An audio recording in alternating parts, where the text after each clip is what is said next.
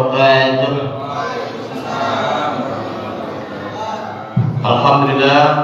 alhamdulillahirabbil alamin, wa bihi nasta'in ala umuri dunya wad din. Wassalatu wassalamu ala asyrafil anbiya wal mursalin wa ala alihi wa ashabihi ajma'in. Amma ba'du. Subhanaka la ilma lana illa ma 'allamtana innaka antal alimul hakim. Rabbi shrah li sadri wa yassir li amri wa hlul 'uqdatam min lisani yafqahu qawli. Qala ta'ala a'udzu billahi minasyaitonir rajim. Bismillahirrahmanirrahim. Syahrul Ramadan alladzi unzila fihi al-Qur'an hudan lin-nas wa bayyinatin minal huda wal furqan. Wa qala ta'ala fi ayatin ukhra Iqra bismi rabbikal ladzi khalaq al-ayat. Wa qala aidan inna anzalnahu fi lailatul qadar. Shadaqallahul azim. Yang sama-sama kita hormati imam kita Bapak Haji Jailani, semoga Allah Ta'ala akan memberi kesehatan buat beliau dan panjang umur dan diberikan rezeki yang halal thayyib barokah, amin ya rabbal alamin. Serta bapak-bapak dan juga ibu-ibu yang ada di belakang serta adik-adik sekalian yang mohon maaf tidak bisa disebutkan satu persatu namanya, namun tidak mengurangi rasa hormat dan ta'zim saya. Alhamdulillah, pada kesempatan hari ini di pertemuan saya, berdiri sayanya di sini di Mushola Al-Ikhwan. Beberapa waktu yang lalu, Desember 2010, saya pernah ke sini, ya, sholat zuhur atau sholat asar kalau tidak salah. Dan mungkin belum ada yang kenal sama saya ya. Saya tinggalnya di sini di Gelora Pondok Kacang Timur, Kapling. Mungkin ada yang sudah kenal yang namanya RT almarhum Pak Syamsul Hadi. Ada juga yang di sana ada Pak Kapat Somad. Ada juga yang kenal sama Pak RT Sanata. Mungkin juga ada yang kenal dengan Pak Untung. Ada yang juga kenal dengan Pak Haji Suhata Ali ya. Yang dua-duanya Pak Untung dan Pak Haji Suhata Ali kebetulan sudah almarhum ya. Jadi saya di sini masih tetangga kan, ya, masih tetangga kita antara timur dengan barat. Alhamdulillah. Jamaah sekalian Mushola Al-Ikhwan rahimahumullah. Jadi ini kita sudah berada di malam yang ke-16. Besok insya Allah kita akan memasuki malam yang ke-17. Yaitu peristiwa yang sangat penting sekali bagi kita di bulan suci Ramadan. Tentunya kita kembali lagi untuk merenungi, yaitu yang dinamakan adalah peristiwa nuzulul Quran. Kenapa demikian peristiwanya nuzulul Quran? Karena Allah Subhanahu wa Ta'ala menurunkan Al-Quran ke bumi. Lalu Allah memerintahkan kepada Nabi Sallallahu Alaihi Wasallam melalui perantaraan malaikat Jibril Alaihissalam, yaitu malaikat Jibril menyuruh kepada Nabi Sallallahu Alaihi Wasallam, yaitu adalah Iqra. Dan situlah perintah bacanya di sini adalah Iqra. Ya, bacalah. Iqra bismi rabbikal ladzi khalaq. Bacalah. Artinya adalah bacalah dengan nama Tuhanmu yang menciptakan. Khalaqal insana min 'alaq, yaitu Allah yang menciptakan manusia dari mana? Dari segumpal darah. Iqra wa rabbukal akram, dan bacalah dengan menyebut nama Tuhanmu yang maha mulia.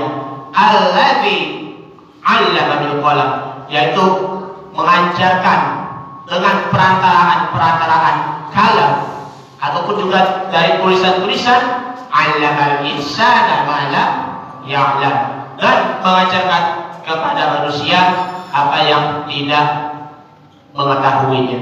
Karena pada saat itu Nabi Sallallahu Alaihi Wasallam, beliau itu adalah orang yang ummi. Maksudnya ummi di sini adalah buta baca, buta huruf, dan juga buta tulis. Dengan turunnya Al-Quranul Karim sinilah Nabi SAW diperintahkan untuk membaca, sehingga para sahabat-sahabatnya pun menulis firman-firman Allah Subhanahu wa Ta'ala. Itulah yang disebut adalah peristiwa nuzulul Quran, turunnya Al-Quran, Al-Quranul Karim. Maka dari itu kita selaku hamba Allah Subhanahu wa Ta'ala, kita hidupkan kembali untuk membaca Al-Quran. Sebelum itu Al-Fakir ingin bertanya terlebih dahulu nih ya pada bapak-bapak. Pak, kalau mau jujur, apakah bapak sudah selesai tadarus Al-Quran belum? Sudah khatam Al-Quran belum? Belum Pak? Sudah kira-kira sudah berapa juz? Baru 1 juz? Aduh, 1 juz. Jangankan cuma hanya 1 juz. Baru minum jus apel, baru minum apa? Jus jeruk, ya kan? Coba nih, yang ibu-ibu, Bu, ibu, kalau tadarus kira-kira sudah berapa juz Bu? Apakah sudah khatam belum? Sudah Bu? Apa sudah di juz keberapa? Nah, masa mau malu-malu sih? Nah, nanti bilangnya jusnya sih iya, tapi jus alpukat, jus wortel, jus tomat. Aduh, mudah-mudahan ya ibu-ibu yang masih istiqomah ya nih. Saya kira ibu-ibu pasti lebih rajin dibandingkan dengan bapak-bapak, ya kan? Alhamdulillah sampai di 15 jus insya Allah. Makanya nih kita nih bapak-bapak nih istiqomah itu kalah dengan ibu-ibu dalam tadarus Al-Quran. Karena apa? Mungkin ya karena kita malas, kemudian juga kita ngantuk begitu. Padahal ini merupakan Allah memberi waktu luang untuk kita untuk membaca Al-Quranul Karim, bapak-bapak. Karena apa? Nabi Shallallahu Alaihi Wasallam bersabda di dalam hadisnya, 2 kenikmatan yang tertipu di sini adalah bahagia dan waktu luang. Di waktu bahagia kita tidak pernah membaca Al-Quranul Karim, betul tidak?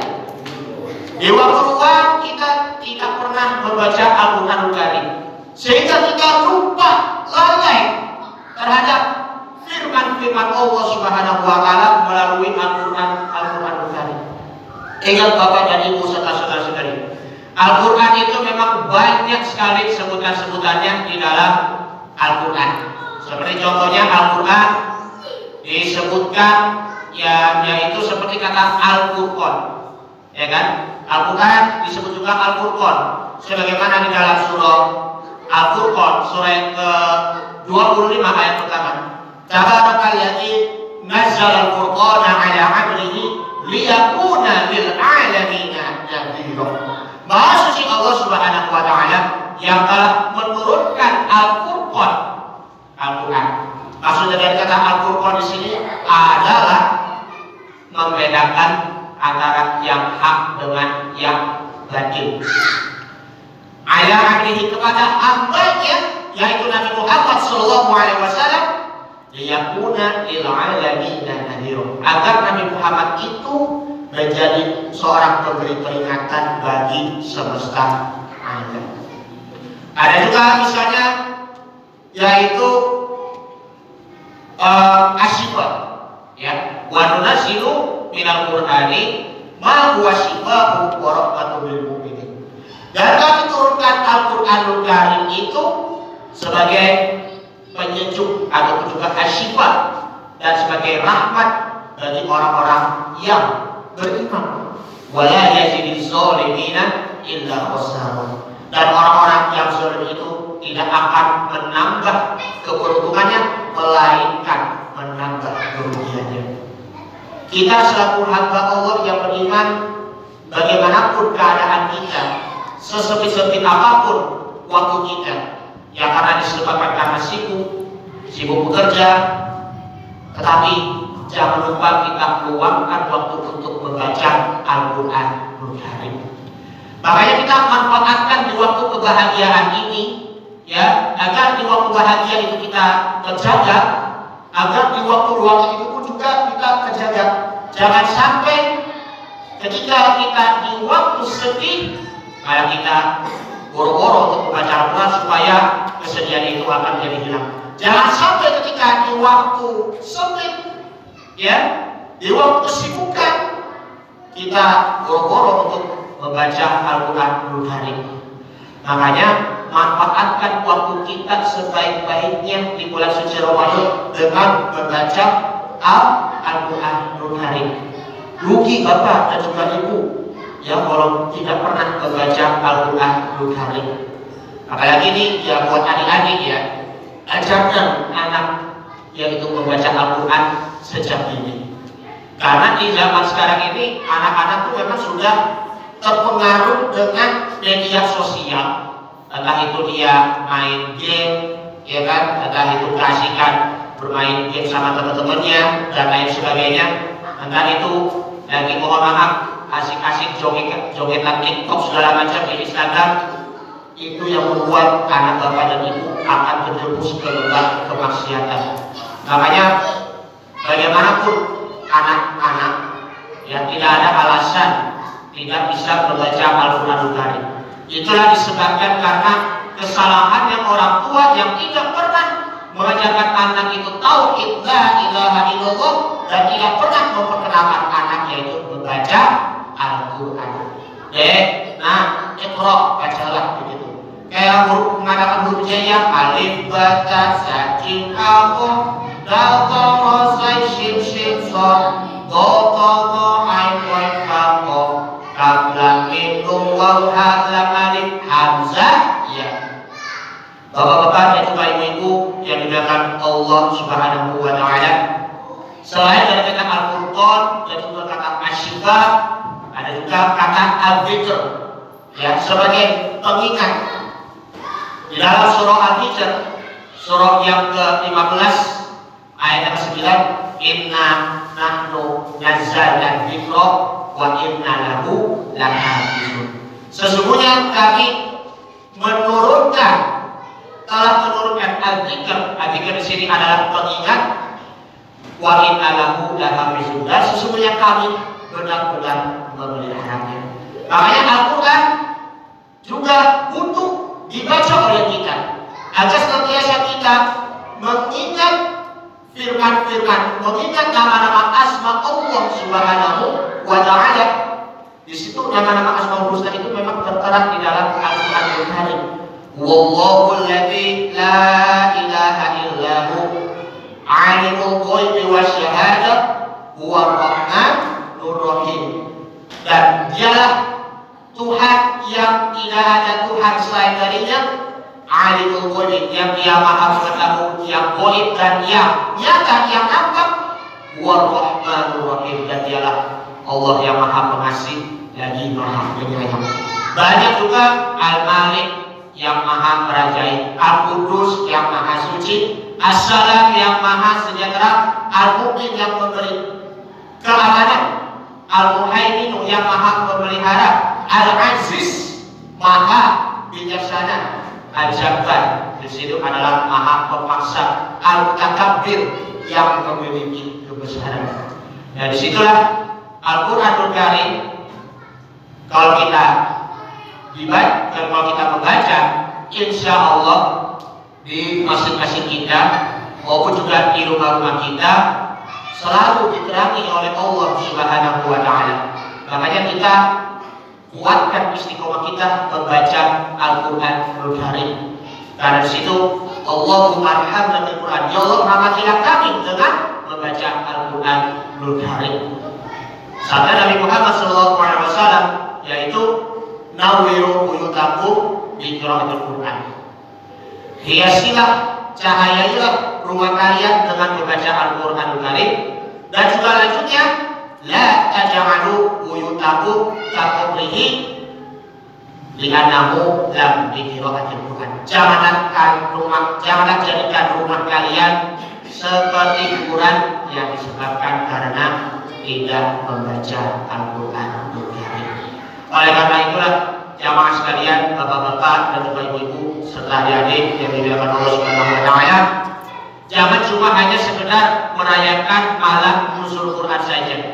Jangan cuma hanya sekedar mendengar tausiah nuzul Quran, tetapi kalau sudah mendengarkan tetapi malah lupa apa yang disampaikan oleh guru-guru kita, baik itu kiai, baik itu ustaz, baik itu habib dan lain sebagainya. Tetapi ambil hikmahnya dari nuzulul Quran, yaitu yang kita akan selalu digeblek oleh diri kita sendiri agar kita selalu rajin membaca Al-Quran kapanpun dan dimanapun. Insya Allah Allah Ta'ala akan menjaga kita. Insya Allah Allah Ta'ala akan menyelamatkan kita di dunia dan di akhirat. Insya Allah Allah Ta'ala akan menerangi kita nanti di kuburan nanti. Karena itulah Al-Quran dapat menemani kita dan dapat menerangi kita di alam kubur nantinya, dan Al-Quran dapat menyelamatkan kita di dunia dan akhirat dan mengantarkan kita menuju ke surganya Allah Subhanahu wa Ta'ala. Ini saya dulu yang akan saya sampaikan, mudah-mudahan bermanfaat. Izinkan saya untuk menyampaikan pantun penutup. Pagi hari sahur kita makan ketan, tetapi di waktu subuhnya jangan lupa membaca Al-Quran. Seperti itu ya. Hadirin baik berjemaah, wabillahi taufiq wal hidayah. Wassalamualaikum warahmatullahi wabarakatuh.